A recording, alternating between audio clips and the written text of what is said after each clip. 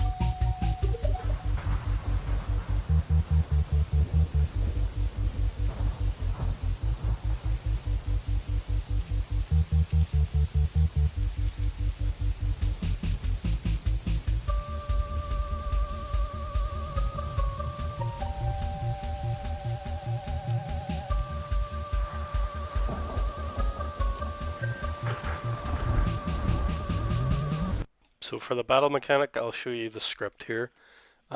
First of all, yeah, the player script. I have added a lot of variables to the player, like the attack damage, the range, and attack time, and things like that. And I used code here to make the player be able to deal damage and also take damage.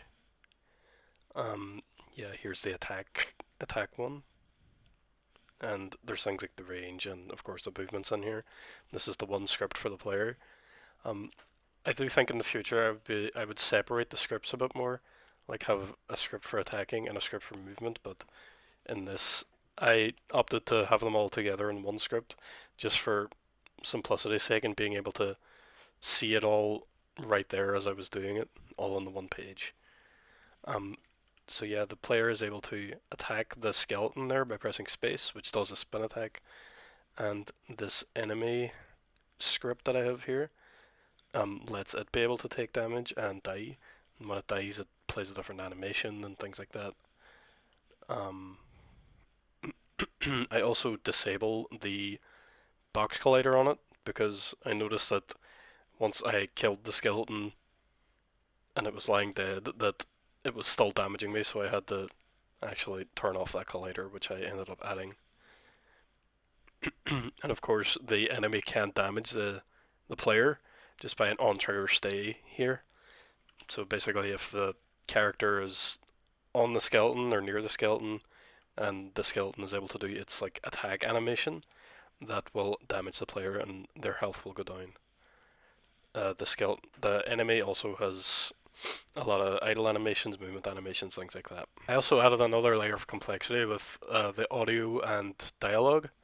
I used an audio manager here, which is a script that I can use to add a array here of sounds. So I can add a string and it'll be the sound, and I can name the sound and add, an audio clip that I imported here and control the volume and stuff.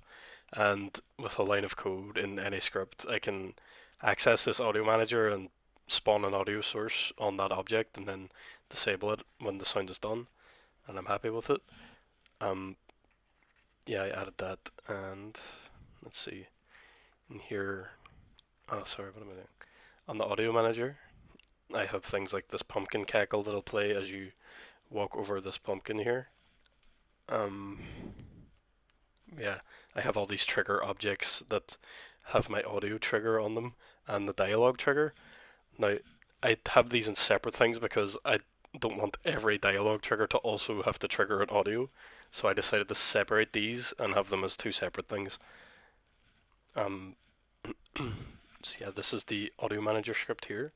It's a string array, and I can have the play and stop function here, and I can just use a line of code basically to access it access this audio manager, access this class and play a sound, and then if the sound is looping, say, and continuing for a long time, I can also stop it when I want.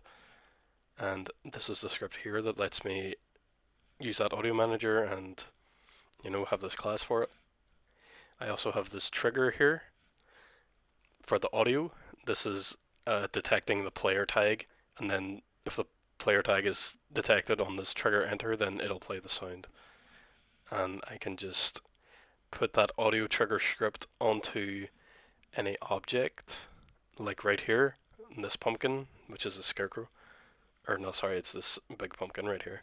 I can add this audio trigger script, and then I just type in the object sound from my audio manager, and then it'll play that whenever the trigger is triggered. And also with the dialogue, what I did is have the UI here and a lot of different dialogue boxes that'll be here, which are off by default. And whenever the player ends up walking over the trigger that has the dialogue trigger on it, it'll spawn the dialogue box and then despawn it when it's done. And you can cycle through the dialogue there and skip through it. So right here I have the dialogue trigger script, which I can put on any object and just drag over the text box I want to appear, when that's triggered, and then it'll disappear when that's done. And the script for it is right here. Yeah, the dialogue trigger script is again just looking for the player tag and then setting the trigger object to active and then setting it false if the trigger is exited.